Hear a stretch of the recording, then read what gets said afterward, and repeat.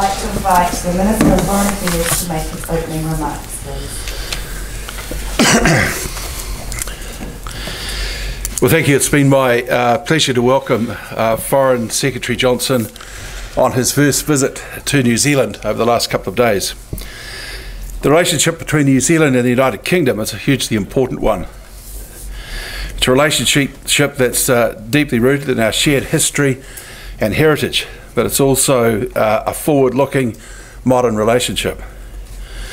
In our meeting today, the Prime Minister and I and the Foreign Secretary were able to discuss a number of matters that are relating to our close friendship and the challenges faced by us in the context of our partner, the United Kingdom, post-Brexit.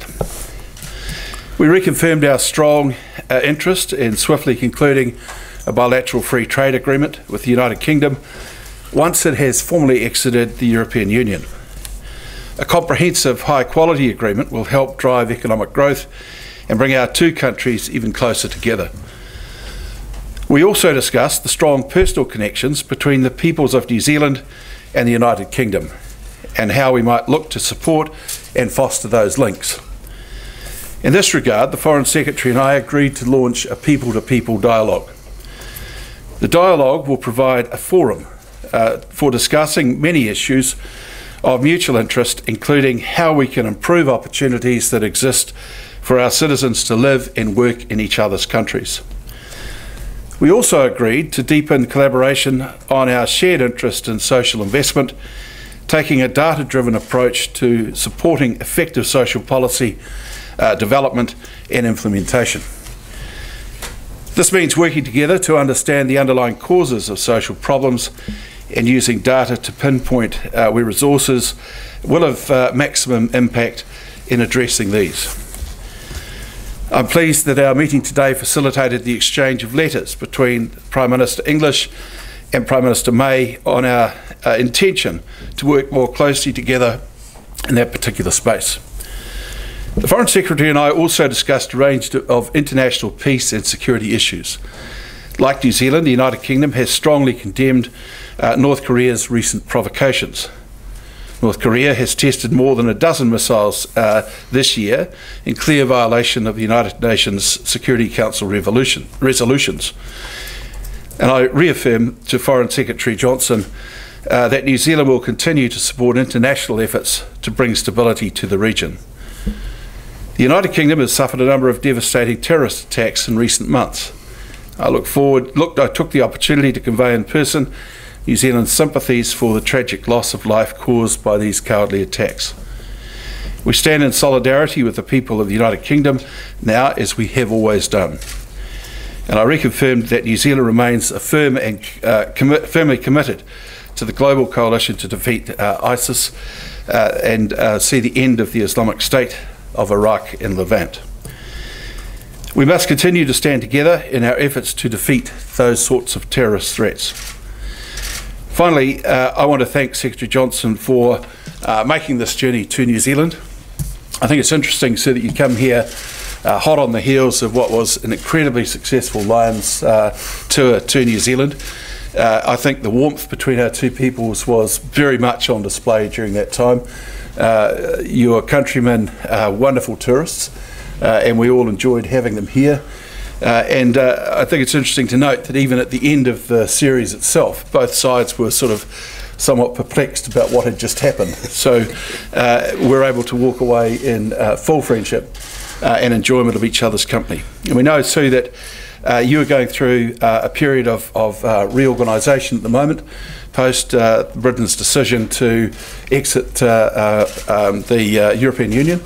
And we appreciate that that will take quite a bit of effort and time, and that as you start to look outward, we're appreciative that your visit down here at the moment signals that you're also looking towards this bottom end of the South Pacific and your very close friends who are here in that context. So finally, sir, we will remain a very strong and staunch ally of the United Kingdom and friend to the people of the United Kingdom.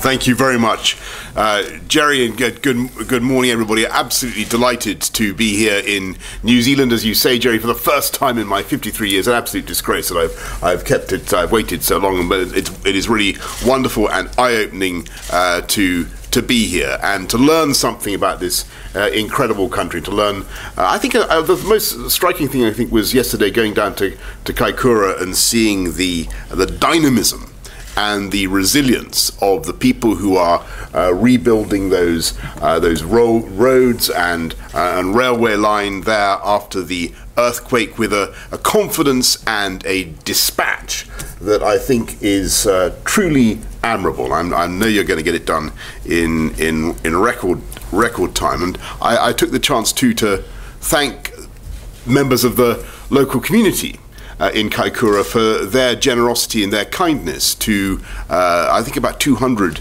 UK nationals who were stranded there, and in fact who were treated so well that they showed great reluctance to leave, being fed as they were on a diet of crayfish, as I understand it, and a tribute to the incredible attractions of this country. I was honoured yesterday to unveil the memorial at Pukeahu and pay tribute to those New Zealanders who fought side by side with their British comrades in the conflict of the past century. And I hope that that beautifully designed monument made by the Weta workshop will serve as a continuing symbol of the friendship between our two countries, which, Gerry, you rightly identify. It's also an honour to visit this fantastic parliament, reminiscent in its democratic principles exactly of the one I come from in the UK. And it was an extraordinary experience, really, with you and with Prime Minister English, to go over that range of issues that we did. And I think, to an almost embarrassing degree, there was a total failure to disagree on any point of substance. These are two countries that really do think on the same lines on so many of the issues that matter to our people and to our electorates. We agreed about North Korea and the threat that is posed by the nuclear adventurism of that regime. We agreed about the importance of sticking up for the rules-based international order, something that both New Zealand and the UK stand for. We agreed about fighting terror, sharing intelligence, and many other matters. Thanks very much to you, Gerry, for being such a generous host. We've enjoyed very, very good discussions yesterday and today, and those discussions will now continue.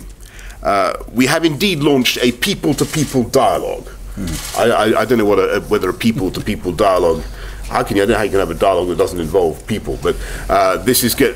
I suppose it's distinct from a bureaucrat to bureaucrat dialogue, or a trade representative to trade representative dialogue. But anyway, it's a people-to-people dialogue. It's a diplomatic term that generally doesn't recognise politicians. I think it's designed to exclude you and me, and maybe that's a good thing, Gerry. What I hope that it will do is is strengthen, if that were possible, the relationship between our two countries, and we're going to consider measures on secondments and exchanges with a view to firming up what is already a very, very profound friendship between Britain and New Zealand. Thank you very much.